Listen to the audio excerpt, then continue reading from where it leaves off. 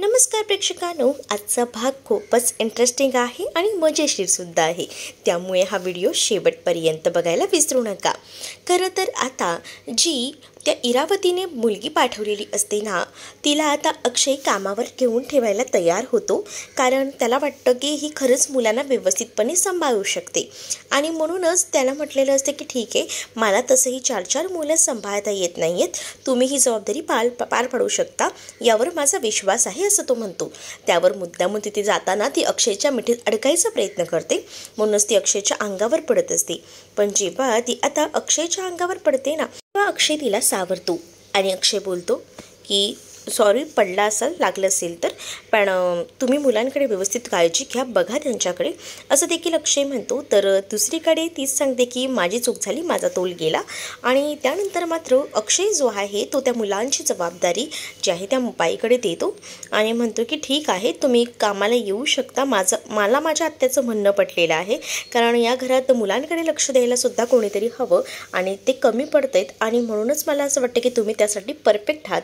तर दुसरीकडे जो गुंड घरी शिरलेला असतो ना, तोच गुंड जो आहे तो आता बाहेर आलेला असतो आणि तो मात्र या सगळं काही करत असतो ते या इरावतीच्या सांगण्यावर ना। खरं तर घरात घुसून तो अर्थाला आणि त्याचसोबत आरोहीला त्रास द्यायचा प्रयत्न करत होता आणि त्याच वेळेला नेमकी त्या मुलीची एंट्री झाली होती।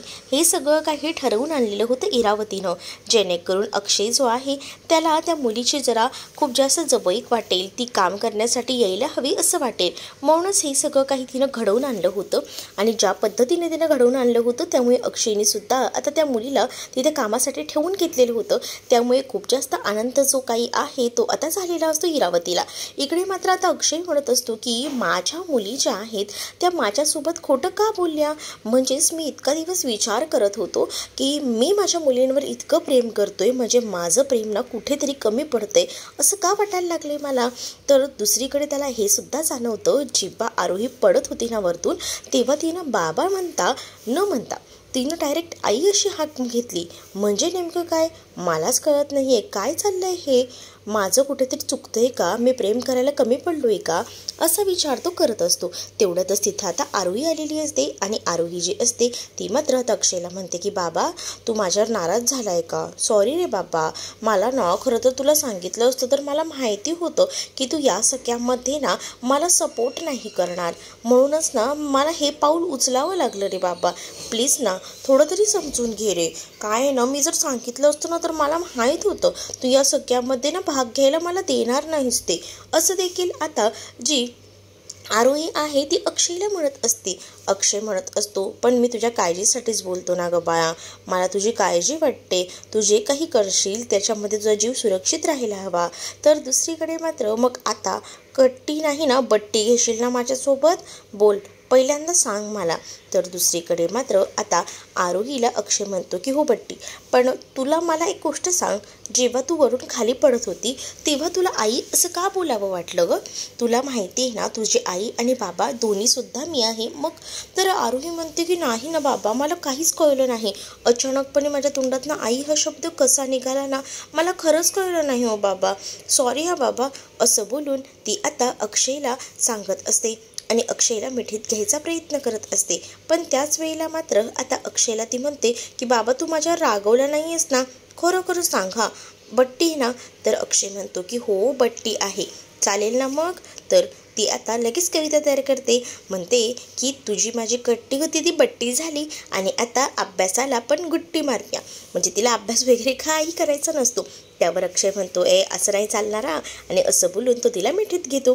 दुसरीकडे दुसऱ्या दिवशी सकाळी इथे मात्र आता जो काही वेन्यू असतो तो आता डिसाईड झालेला असतो या दोघांचे साखरपुड्याचा, त्यामुळे अण्णासाहेब जे आहेत ते खूप जास्त खुश असतात आणि ते आता रमा आणि साईला पेढा भरवत असतात।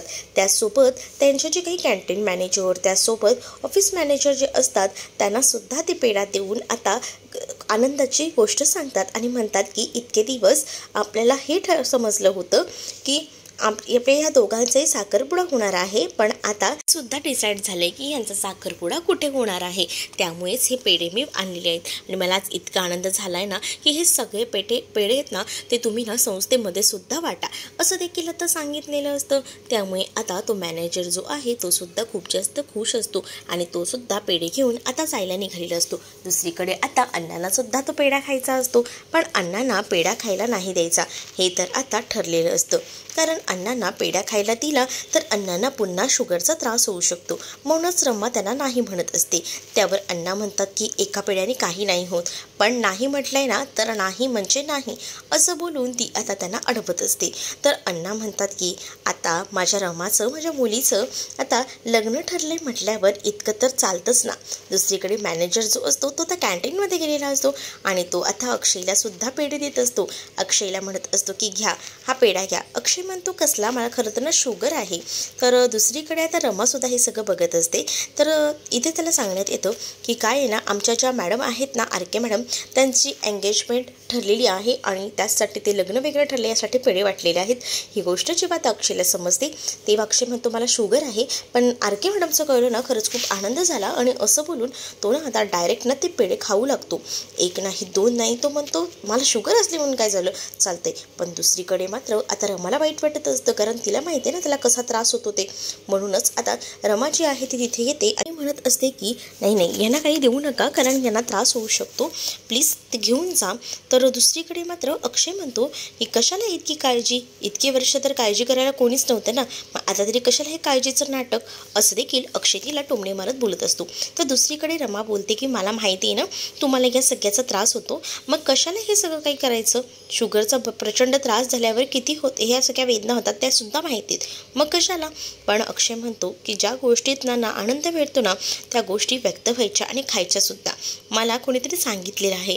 आणि दुसरीकडे मात्र अक्षय आपलं काम करत असतो. तर आता रमाला खरं तर त्याला बोलायचं असतं की आता कितीतरी वर्षांनी तिला तिची मुलगी भेटलेली आहे, याचाच खरं तर तिला आनंद झालेला असतो. तर इकडे मात्र आता अक्षय म्हणत असतो की तुम्हाला कसं कळणार ना, आता तुमचं लग्न ठरले, मग आता कोणता मुलगा गटवला आहे म्हणजे श्रीमंत असेल ना, तर तुम्हाला माहीत नाही का, तुम्हाला काहीच कल्पना नाही आहे का, नसेल माहिती ना तर स्टाफला विचारा मी कोणासोबत लग्न करणार आहे. मुद्दामून आता रमासुद्धा म्हणते, कारण जर अक्षय वाकड्यात जात असेल तर रमासुद्धा विचार करते की मी का थांबू, म्हणून ते सुद्धा आता तसंच बोलत असते. तर दुसरीकडे मात्र अक्षयचा काम करता करता हात भाजला जातो, त्यामुळे रमाचा जीव कासावीस होतो. रमा लगेच ना एका पूर्णपणे त्या परातीमध्ये थंड पाणी घेते आणि लगेच त्या अक्षयला त्याच्यामध्ये हात बुडवायला सांगते. आणि त्याच वेळेला आता रमा बोलते की तुमचा ना वेंधळेपणा काहीच कमी झालेला नाही आहे, जसं 7 वर्ष आधी होता ना तसाच आहे, तुमच्यामध्ये ना कोणतेच बदल झालेले नाही आहेत असं देखील ती म्हणते. जेव्हा आता ती असं सगळं काही म्हणते तेव्हा अक्षय तिच्याकडे पाहतो आणि अक्षय म्हणतो की माझ्या बदलांचं बोलताय का, तुम्ही या 7 वर्षात किती बदलला हे पाहिलेत का, असं म्हटल्यानंतर आता जी रमा असते ती आता अक्षयकडे पाहत असते आणि ती म्हणत असते की मला असं वाटत नाही की माझ्यात काही बदल झाले आहेत असं. पण दुसरीकडे मात्र अक्षयने सांगितलेलं असतं आणि अक्षय जेव्हा हे सगळं काही तुटक बोलतो ना तेव्हा रमाला सुद्धा वाईट वाटतं. तर इकडे रमा म्हणत असते की मला तुम्हाला इतकंच विचारायचं आहे की गेली 7 वर्ष तुम्ही आरोहीला सांभाळत आहे, पण मी सुद्धा तिची आई आहे, मला 7 दिवस तरी तिच्यासोबत वेळ घालवायला द्या असं आता रमा म्हणत असते. पण या सगळ्याला अक्षय पूर्णतः नकार देतो, कारण आतापर्यंत माझ्या मुलीची जबाबदारी मी घेतलेली आहे आणि तिला या सगळ्यातून मी संस्कार दिलेले आहेत, त्यामुळे मला ना ते कोणाकडेही देऊन घालवायचे नाहीत आणि मला तर बिलकुल तुमच्याकडे माझ्या मुलीला सुपूर्द करायचं नाही आहे असं देखील आता अक्षय जो आहे तो रमाला बोलत असतो. रमा म्हणत असते की प्लीज असं करू नका ना, मी सुद्धा तिची आई आहे, मला सुद्धा वाटतं. पण अक्षयचं असं म्हणणं असतं की गेली 7 वर्ष त्याची जाणीव तुला झाली नाही, आता तुला या सगळ्या गोष्टीची जाणीव होते, जेव्हा ती मोठी झाली आणि तिच्यावर मी संस्कार केले, तिला चांगलं घडवलं तेव्हा तुला तुझ्या मुलीची आठवण येते. म्हणूनच अक्षय जो आहे तो आता रमाला आरोहीला भेटण्यासाठी नकार देत असतो, तिला कुठेही घेऊन जायचं नाही, तिच्याबरोबर वेळ घालवायचा नाही यासाठी त्याने स्पष्ट असा नकार दिलेला असतो. तेवढ्यातच आता तिथं कॅन्टीनमध्ये आरोही आलेली असते, आरोहीची स्कूल सुटलेली असते, म्हणून आरोही तिथे येऊन आता लगेचच बाबाला हाक मारते, बाबा माझी स्कूल सुटली, चला ना आपण घरी जायचं. तर दुसरीकडे आरके मॅडमसुद्धा तिला दिसतात, पर्यायी तू पण येते, चल ना पर्यायी आपण एकत्र जाऊया ना घरी, चल चल चल असं बोलून ती अक्षयचा सुद्धा हात खेचत असते. अक्षय म्हणत असतो की इथे मी कामासाठी आहे, काम चाललंय ते आधी पूर्ण होऊ दे मग आपण जाऊया. तर दुसरीकडे मात्र इकडे जी आरोही असते ती म्हणत असते की माझा बाबा ना खूप स्ट्रॉंग आहे, माझा बाबा काही करू शकतो. म्हणजे ना परी आई तू एकटी जाऊ नकोस ग, तो फुगावाला परत तुला जर पकडून घेऊन गेला तर मग माझा बाबा जर सोबत असेल तर ते बरं पडेल ना. म्हणूनच आहे ना आपण तिघही जण एकत्र जाऊया, तुला सुद्धा आम्ही सोडतो. असं देखील आता आरोही जी आहे ती आता अक्षयला सांगत रमाकडे पाहत असते.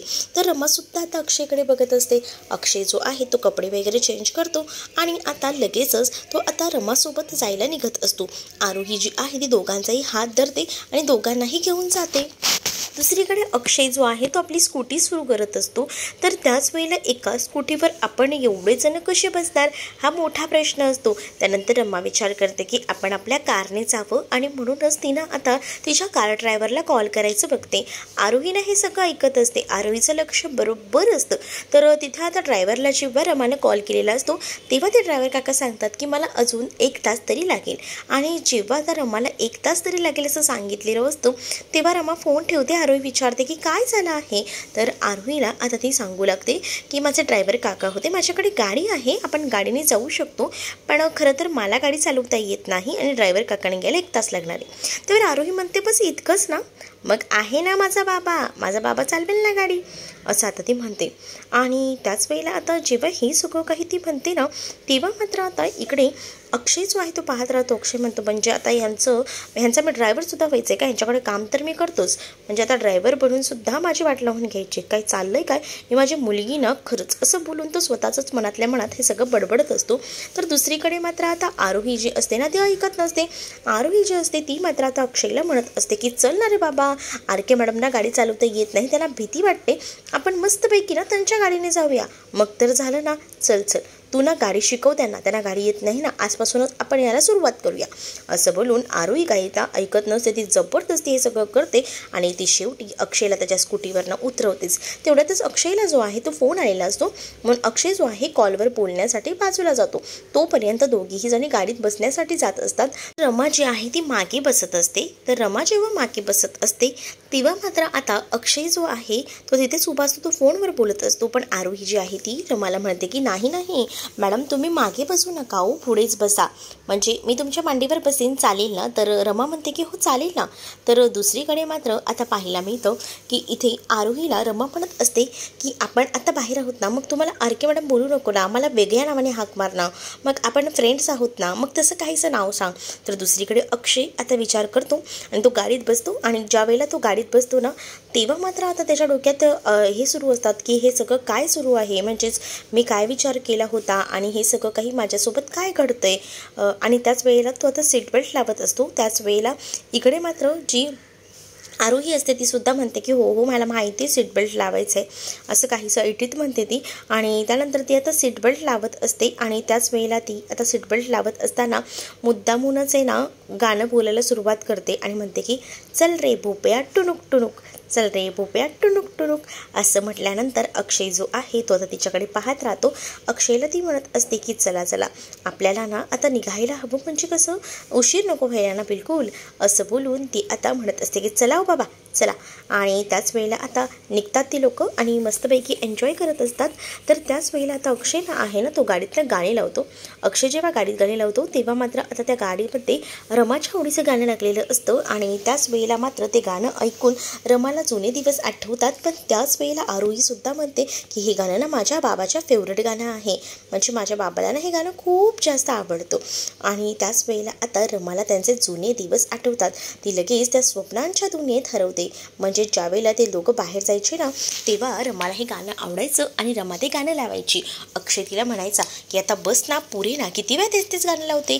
पण त्यावेळेला रमा ऐकायची नाही. रमा म्हणायची की नाही हे गाणं खूप सुंदर आहे, मला आवडतं. तर अक्षय म्हणायचं अगं तब्बल 21 वेळा हे गाणं तू ऐकून झालीस तर तरीसुद्धा पुन्हा तुला हेच गाणं ऐकायचं आहे. रमा म्हणत असते की हो माय फेवरेट सॉन्ग आहे ते, मला ऐकावंसंच वाटतं म्हणूनच मी ऐकणार आहे. तर तुम्हाला काही प्रॉब्लेम आहे का. तर तेच गाणं आता इकडे सेम लागलेलं असतं. त्यामुळे आता रमा आणि अक्षय त्या आठवणींमध्ये हरवून जातात. तर दुसरीकडे मात्र आता पाहायला मिळतं की आरोही जे असते ते गाणं गुणगुणू लागते. त्या गाण्याचे बोल आरोहीला येत असतात म्हणून आरोही ते गाणं गात असते. तर त्याच वेळेला आरोहीला म्हणून साथ देत आता रमासुद्धा ते गाणं गात असते. रमा आणि आरोही दोघेही मिळून जेव्हा ते गाणं गातात ना तेव्हा अक्षय जो आहे तो बघत असतो. तर त्यानंतर आता आरोही म्हणते की बाबा मी आणि मॅडमने गाणं गायलेलं आहे, आता तुझी बारी, म्हणजे आता तू सुद्धा गाणं गायचं आहे. अक्षय म्हणत असतो नाही आरोही नाही. पण आता आरोही कुठे ऐकते. आरोही जी असते ती आता फोर्सच करते आणि अक्षयला सुद्धा आता ती गाणं म्हणायला सांगते. अक्षयला ती जेव्हा गाणं म्हणायला सांगते तेव्हा अक्षय देखील आता त्याच्या आवडीचं रमाच्या आवडीचं गाणं म्हणू लागतो. आणि त्याच वेळेला त्याने सॅड सॉंग्स म्हटलेलं असतं आणि जेव्हा तो सॅड सॉन्ग म्हणतो ना तेव्हा त्याचं अर्ध लक्ष रमाकडे असतं. कारण जेव्हा ते गाणं गात असतो ना तो तेव्हा त्याला तिच्यासोबत घालवलेले जुने प्रसंग डोळ्यासमोर येत असतात आणि त्याच वेळेला त्याच्या डोळ्यात देखील पाणी आलेलं असतं. तर दुसरीकडे मात्र आरोही हे सगळं एन्जॉय करत असते. पण रमासुद्धा स्वप्नांच्या दुनियेत हरवून जाते. म्हणजे जर आपली फॅमिली एकत्र असली असती तर आज किती आनंदाचे क्षण असले असते. माझी मुलगी माझ्यासोबत कायम असली असती, ती मला आई बोलली असती. काय करू मी हिला सांगू सुद्धा शकत नाही ना की मीच तिची आई आहे, म्हणजे ती निदान मला आई तरी बोलेल. बिचाऱ्या मुलीला किती सगळं काही सहन करावं लागतंय असा विचार कुठेतरी रमाच्या मनात येत असतो. तर दुसरीकडे अक्षय गाणं गात असतो आणि आरोही मात्र मस्त एन्जॉय करत असते. रमाला सुद्धा त्याचं गाणं आवडत असतं. पण काय करणार, त्या ज्या जुन्या आठवणी येत ना त्या गाण्याबरोबर पुन्हा ताज्या होत असतात. तसं एकदम रमाचं झालेलं असतं. दुसरीकडे गाणं वगैरे गाऊन होतं तर आता गाडी एका ठिकाणी थांबवली जाते. अक्षय रमा आरोही गाडीतून उतरतात. त्याच वेळेला आता आरोहीने ना रमाला घट्ट मिठी मारलेली असते. जेव्हा आरोही रमाला घट्ट मिठी मारते तेव्हा मात्र आता रमाच्या डोळ्यात ना पाणी येत असतं. रमा जी आहे ती मात्र आता रडत असते. त्याच वेळेला साई तिथे येतो आणि साईने स्वतःचा रुमाल जो आहे तो आता रमाला डोळे पुसण्यासाठी दिलेला असतो. आणि त्याच वेळेला आता रमासुद्धा त्याचा रुमाल घेते आणि त्याच वेळेला समोर अक्षय असतो आणि आरोहीसुद्धा असते.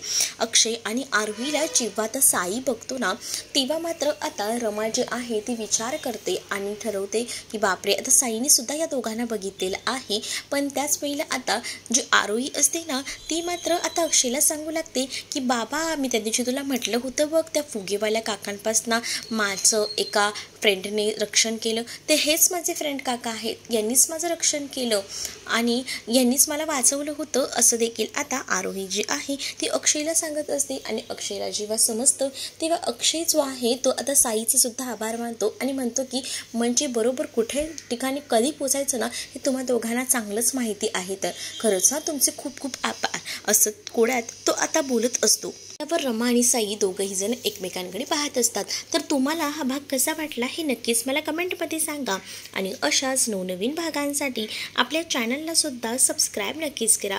चला तर मग भेटूया पुढच्या भागामध्ये. तोपर्यंत टाटा बाय.